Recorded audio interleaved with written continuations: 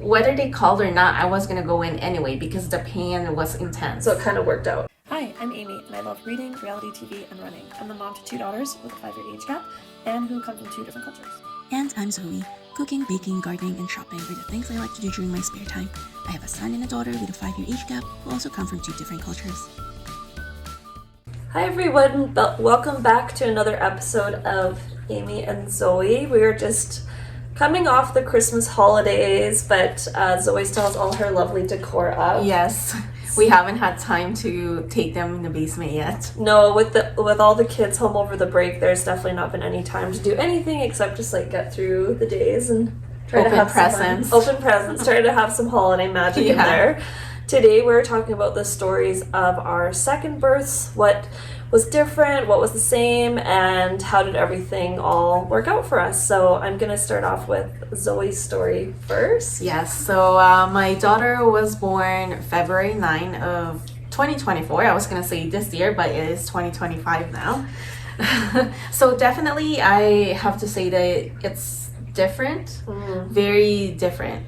Yeah. So the initial plan was for me to have an induction on a Tuesday, and the instructions were to wait for a phone call from the hospital to let us know if they have a bed or not, and then we can come to the hospital. Right. So Tuesday comes along, waiting for the call all day, nothing. So I had to call them and ask them what's going on. Am I going to get a call? Am I not going to get a call? So they told me that the hospital beds were full, so there was no room for me. Oh, that's frustrating. It is very frustrating. And because my husband had to take time off as well, so that's a time off that was really nothing because nothing's happening. Yeah. So they put me on the wait list again for the next day, which is now a Wednesday.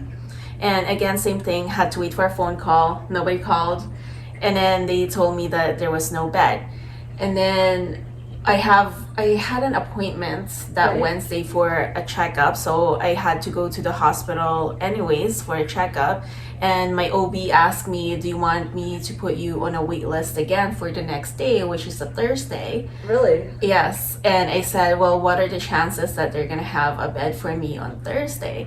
And he said that probably not, because all the flow from the first 2 days will flow into Thursday. Oh, they'll play catch up. Yeah, and so there probably won't be a bed again. And the best day for me probably will be Friday. So I said, okay, then let's just do Friday, because there's no point in putting me on a wait list on Thursday. And how many weeks pregnant were you at this point? 39 weeks. 39 weeks. I was 39 weeks the Sunday before. Oh, okay. Yes, because they scheduled my induction at 39 weeks. They did, okay. Yeah, so now I'm coming to close to 40 now. Right. So I said, yeah, let's do it on Friday instead. And then Friday comes along, so around 2 a.m. I got woken up with really painful cramps, and I was thinking, oh, what is this? Because I never had Braxton Hicks, so I don't know what that was like. Right. I went to bed after, so I woke up at 6 a.m. and I wasn't sure what I was feeling. But I got ready anyway because I'm on a wait list for that day, so I'm waiting on a phone call. Right. And the pain was more compared to when it was 2 a.m. So I was thinking, okay, I'm just gonna get dressed just in case, the chances of them giving me a call this Friday is higher than the last 2 days. Was the pain still bearable? It was still bearable, but it was different. It was the cramps was more intense. It was harder. Right. So I got dressed, and then at around 7 a.m. I finally got a call from the hospital saying that yes, there's a bed for you. Head on over to the hospital by 8 a.m. So I was glad that they called, because whether they called or not, I was gonna go in anyway because the pain was intense. So it kind of worked out. It did work out. Yeah, it did work out. So I knew that, I need to go to the hospital because something definitely was happening. I wasn't sure what it was because, again, I've never had Braxton Hicks before. Right. So we head on over to the hospital.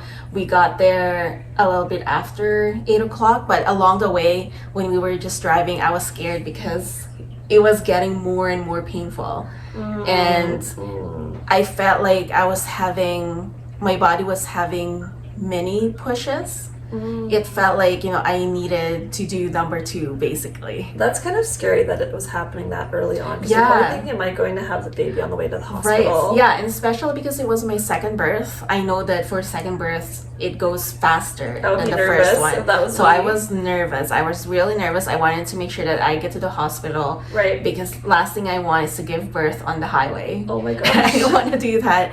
So yeah, we got to the hospital, thankfully, at around a little bit past 8 a.m. And I was telling the reception area that I'm scheduled for induction, and I am having strong contractions. They're very close together now, about like 7 minutes apart, and they were stronger. So please give me an epidural. I definitely want an epidural.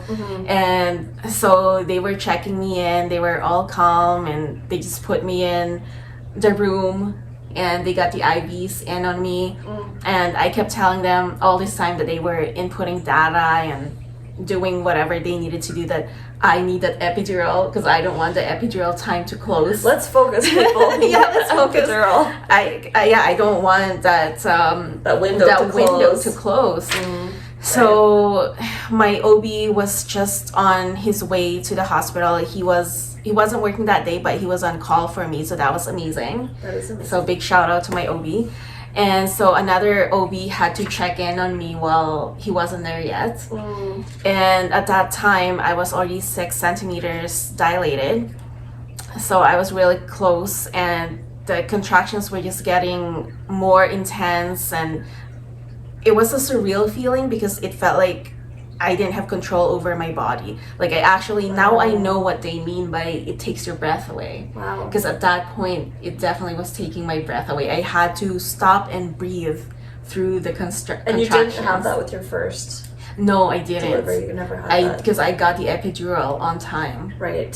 So I did feel pressure when I was having contractions with my first. But because of the epidural, it was only the pressure. I didn't feel the pain. And also that feeling of like it's taking your breath away. Right. To stop what you're doing each contraction. Yeah. Because at this point, I did not have the epidural yet, so I was feeling the entire contractions. Your OB was on the way. Epidural was underway. What happened next? At around 9:30ish, the anesthesiologist finally comes in, and this time around, I'm so happy she was able to find my veins right away. Oh God. So they didn't have to poke me many times. That's always the worst part. Yeah. If you saw my first video about my firstborn, then you'll know what I'm talking about. And the other difference I would say is that I felt a little bit of pain when they actually put the epidural on my back. Oh, you did? Yeah, just a little bit. Like a pinching? Prickly. It's almost like prickly pain. And at this time, my OB was there already as well. So anyways, I was happy I was getting my epidural, but the thing is, my body was saying, no, I'm not gonna wait for this epidural, because it takes about 20 minutes for the epidural to kick in. But my body was already starting to push. I didn't know actually that it took 20 minutes to kick in. Yeah, it takes about 20 minutes for it. You're already getting into pushing mode. Your body's my body's saying, I'm not waiting for the epidural, this is happening. And then the nurse said, well, you know what, your body is doing this, so why don't you just push now? So I'm just like, yeah, I think so, because I don't know how to explain it. It was surreal. I had no control over my body. My body was just doing its own thing, just pushing. Yeah. So I would say about 15 minutes into getting the epidural, I really had to push. I couldn't hold it in anymore. So I had to push, and of course the epidural hasn't come into effect yet.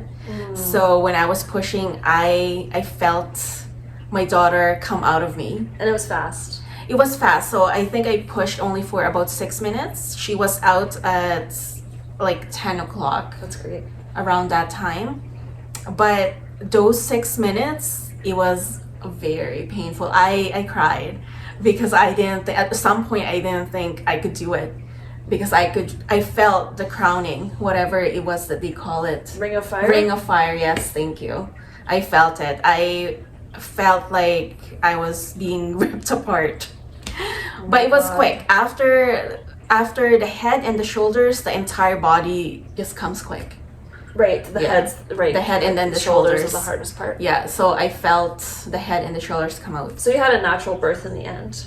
Pretty much, yeah. And then towards the end, when the baby is out, and I had 1 degree tear, so my OB was stitching me, and he was asking me, "Do you feel this?" I don't know why he was asking me. Maybe the size of the needle he was gonna use, but I can still feel it when he was stitching. Yeah. So even after my daughter came out, the epidural hasn't even gone into full effect yet. But did he use a local numbing when he was doing the stitching, or he just stitched? Do you think? I don't know. Okay. But he after he asked me that, I think he used a different needle and I didn't feel it anymore, or maybe he put something else. I don't know. Do you feel happy that you had like the experience of epidural birth and a natural birth? Yes. Like now that it's over, right? I'm happy because that definitely is an experience of a lifetime. You must feel proud. Yes. In a way, like that you can do it. Definitely. Right? But I'm also glad that it's my second birth.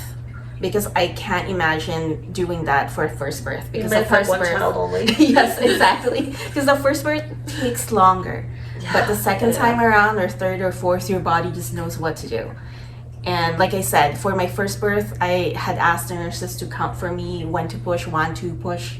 But this time around, my body was just doing it by itself. You're lucky you had that effect of the second baby going faster. I feel like my first baby took a week and my second one took 3 days. So my babies don't like to rush, but I'm like, that sounds great. 6 minutes of pushing. It sounds horrible at the time, but then like it's over. Right. Yeah, exactly. And my daughter definitely, she decided to just come in her own time. That's awesome. Not waiting for anyone. And then how long was it until your oldest got to meet her? Well, we were discharged 24 hours after. Do you think part of that was because you didn't have the epidural? It was just like an easier post-birth process? I was also discharged 24 hours later with my son. Okay, so it's straightforward. Yeah, if it's a vaginal birth, they just discharge you after 24 hours if there's nothing wrong with the mom or the baby. I just feel like with after my second, I was still wandering the halls with like a catheter bag 4 days later. I'm like, I'm never getting out of here. And like this little like saddle thing. I'm like, this thing's the worst. And but the thing though is, I know a lot of people don't like the hospital or your hospital food, but I enjoyed my hospital food. It was actually, it's like the most relaxing it's gonna get until you go home with the newborn, right? Because you do have some extra hands and stuff. Exactly. And I was actually enjoying it because I know it's gonna be hard coming home with the newborn and also my toddler. And it was. It definitely we survived it. Yes, pretty much. We did. Zoe, thank you so much for sharing your story. Yeah. I'm going to be sharing mine in the next video.